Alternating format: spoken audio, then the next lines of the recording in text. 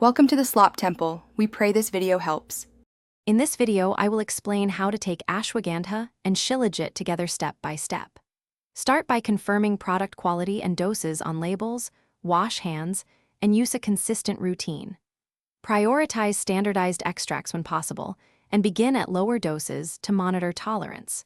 Note interactions with medications, especially thyroid or blood pressure drugs, and adjust timing to mornings or evenings based on sleep effects. In this video, I will explain how to take Ashwagandha and Shilajit together step by step. Start with low doses, such as 300 mg of Ashwagandha and 250 mg of Shilajit, and keep a simple journal of effects. Increase slowly if needed, watching for changes in mood or sleep.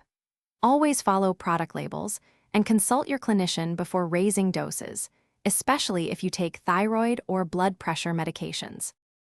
In this video, I will explain how to take Ashwagandha and Shilajit together step by step. Quick recommendation: grab an Owala water bottle to stay hydrated while you take supplements. It seals well and fits cup holders so you won't spill during your routine.